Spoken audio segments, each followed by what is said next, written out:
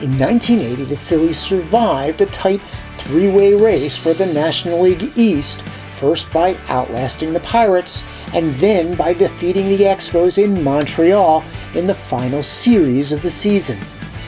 Then, they fought through a classic NLCS, which has been the closest in Major League history, outlasting the Houston Astros to claim the National League pennant.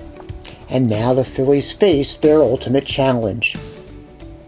In their 97-year existence, the Phillies had never won a World Championship. They had gone to the World Series twice. In 1915, they even won the first game of the series on the strength of the pitching of that baseball legend, Grover Cleveland Alexander, also known as Old Pete. But October 8th, 1915, was the last time that the Phillies had ever won a World Series game. That year, they dropped the next 4 games to a Boston Red Sox team that featured a star young pitcher by the name of George Herman Ruth. His nickname was Babe because of how young he was. Now in 1950, the Phillies surprised the baseball world when a team of young talented players known as the Whiz Kids won the National League pennant.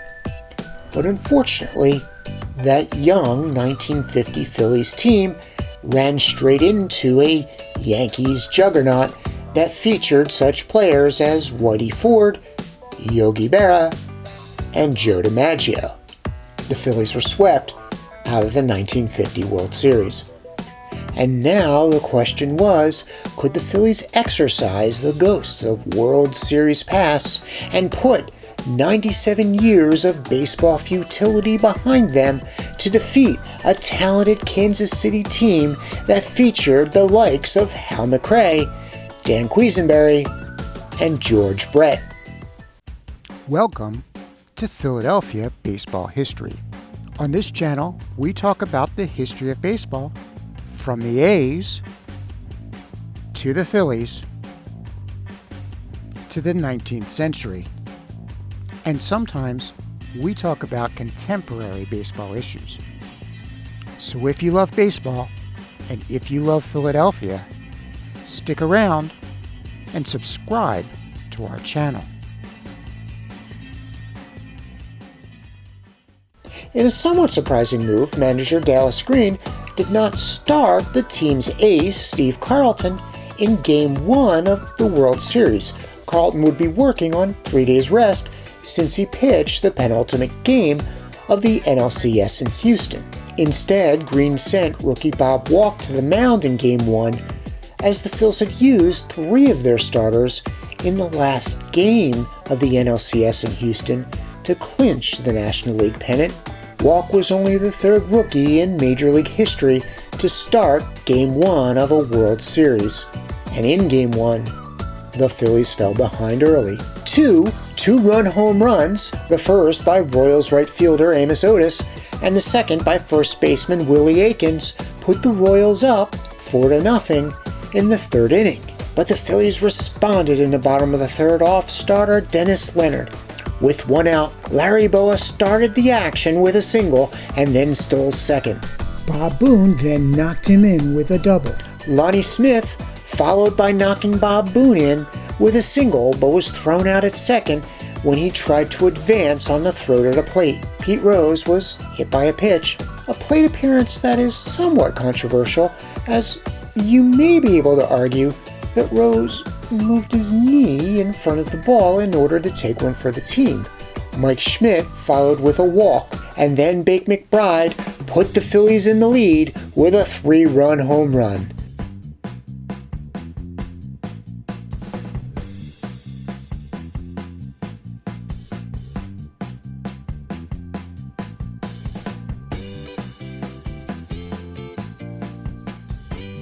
By the end of the 3rd inning, the Phillies were ahead 5-4. The Phillies then added insurance runs in the 4th and 5th, when Bob Boone hit an RBI double, and Gary Maddox drove Mike Schmidt home with a sacrifice fly.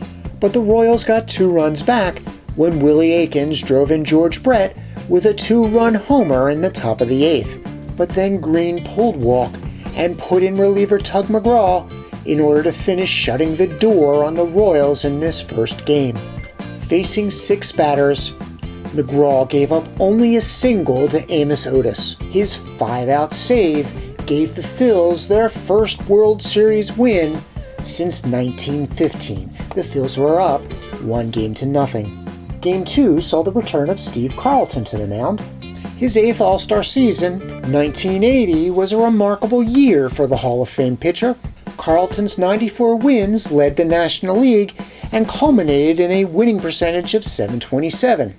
His Major League leading 286 strikeouts gave him a career total just shy of 3,000. In fact, during the 1980 season, Carlton had become the left-handed pitcher strikeout king. And eventually in 1980, Carlton would win the National League Cy Young Award. In Game 2, Lefty gave a strong performance, giving up 4 runs, only 3 of which were earned, and striking out 10 batters after 8 innings. And it was in the bottom of the 8th inning, with the Phillies down by 2 runs, that they rallied to take the lead. The Royals' star right-handed submarine throwing pitcher Dan Quisenberry started off the inning by giving Bob Boone a walk. Dallas Green then replaced his leadoff hitter, Lonnie Smith, who was in the game to face the left-handed pitcher Larry Gora, with pinch hitter extraordinaire Dell Unser. Unser, ever the clutch hitter, drove Boone home with a double to center field. And after Unser advanced on a Pete Rose groundout, Bake McBride knocked him in with a single to right field.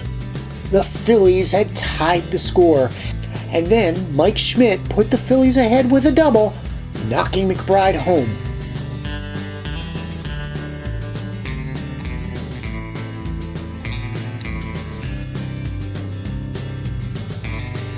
Keith Moreland, batting as a designated hitter, then gave the Phillies an insurance run by knocking Schmidt in with a double. With the score 4-2, Ron Reed was tasked with keeping the Royals off the board for the 9th inning. Giving up only a single to Hal McRae, Reed preserved the win and sent the series to Kansas City with the Phillies ahead 2-0. Show your hometown pride. Philadelphia baseball history merchandise, t-shirts, phone cases, masks, notebooks, mugs, and more. Check out the exclusive designs in our merch store and celebrate your favorite Philadelphia-based team. Now the third game saw both teams struggling to score runs. Dick Ruthven, who earned the save in the NLCS, pitched a full 9 innings, giving up only 3 runs. But the combination of Rich Gale and Rennie Martin also held the Phillies to only 3 runs after 9 innings. This game was to be decided in extra innings, familiar territory for the Phils. But Dan Quisenberry had shut the Phils down for 2 2/3 innings. Meanwhile, a 10th inning walk to left fielder Willie Wilson put Tug McGraw in trouble. After a Frank White strikeout and an intentional walk to George Brett, Willie Aikens hit an RBI single that gave the Royals Game 3. In Game 4, the Royals knocked starter Larry Christensen out after he only retired 1 batter. Christensen had given up 4 runs, including a 2-run home run by Willie Aikens, before giving way to Phillies reliever Dickie Knowles.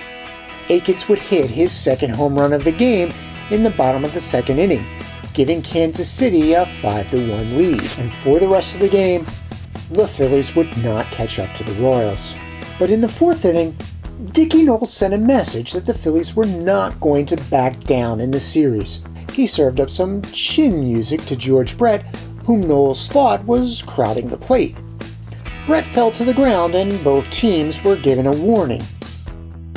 Mike Schmidt called the move the greatest brushback in World Series history.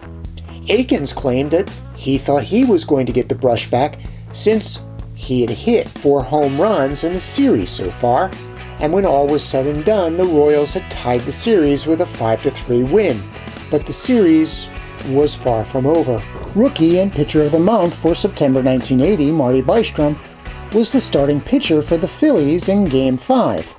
And the Phillies struck first with a 2-run home run by Mike Schmidt in the 4th inning. Meanwhile, in Bystrom's first 5 innings, he gave up only 1 run, and that was after pitching in the trouble by giving up singles to toothpick-chomping UL Washington and Willie Wilson before George Brett drove home a run with a groundout. The 6th inning saw a leadoff home run by Amos Otis and then 2 singles before Dallas Green decided to relieve his rookie pitcher. He brought in Ron Reed, a UL Washington sacrifice fly, then gave the Royals a 1-run lead. But then Royals catcher Darrell Porter was thrown out at home on a Willie Wilson double. A pop foul by Frank White retired the side with the game still in the Phillies' reach at 3-2. In true dramatic fashion, the Phillies made their move in the top of the 9th inning. Mike Schmidt opened the inning with a single. He scored when pinch hitter Del Unser drove him in with a double.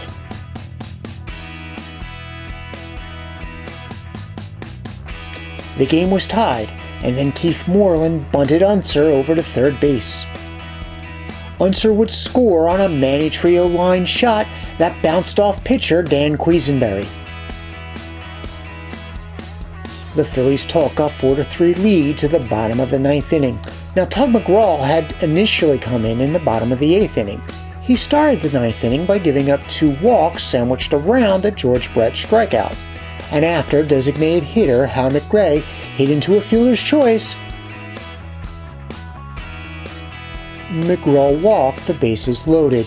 He faced former Philly Jose Cardinal. McGraw got ahead of Cardinal 1 ball and 2 strikes, and then Cardinal fouled off a pitch. On the 5th pitch of the at-bat, McGraw got Cardinal the strikeout swinging. The series would return to Philadelphia with the Phillies ahead 3-2. And if the Phillies were going to win their first World Series in team history, they were going to do it in front of their hometown crowd. Steve Carlton was once again on the mound for Game 6, and for that game, Carlton was in Hall of Fame form. Through the first 3 innings, Carlton kept the Royals hitless, and it struck out 4 batters. In the bottom of the 3rd, Bob Boone walked, and Lonnie Smith reached base on an error.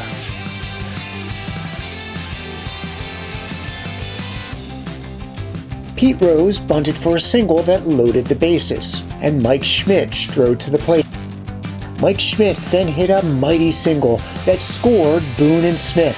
The Phillies were now up 2-0.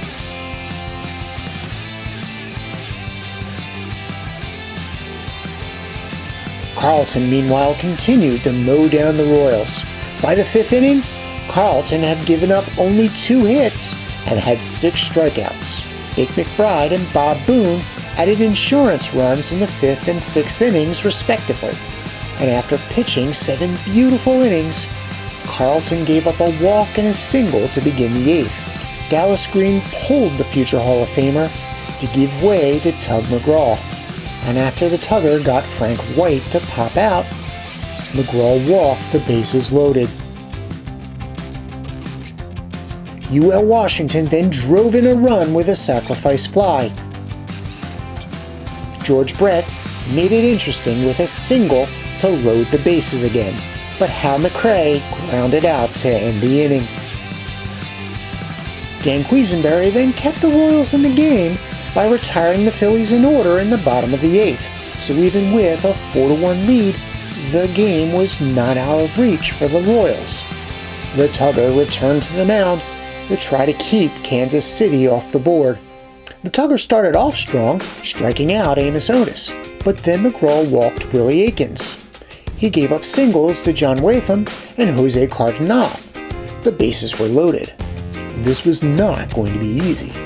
And then the Phillies almost gave their fan base a collected heart attack when Frank White hit a pop foul close to the Phillies dugout. Bob Boone and Pete Rose both converged on the ball, and Boone reached out first to touch the ball. But the ball slipped out of Boone's glove. Luckily, Pete Rose was right there to snatch the ball in midair in order to retire White. The city breathed a collective sigh of relief. And now all that stood between the Philadelphia Phillies and their first world championship was Willie Wilson. The Tugger got ahead of Wilson 0-2. Wilson then took a pitch to work the count to 1 ball and 2 strikes. And then, on the 4th pitch of the at-bat, Wilson took a mighty swing. He missed, and he had struck out for the 12th time in the World Series. That was a new World Series record. Meanwhile, the Phillies had done it, with the image of Tug McGraw jumping in the air burned into the collective memory of the Phillies fan base for all eternity. 97 years of futility had finally ended. Bob Boone, his knees sore from the punishment of the extended series, barely made it to the mound to celebrate with the rest of his teammates. Mike Schmidt, who batted .381, with 2 home runs and 7 RBIs, was named the series MVP. And Bob Boone, his average was .412, and he had knocked in 4 runs, batting from the 9th position. That was October 21st, 1980, 40 years ago.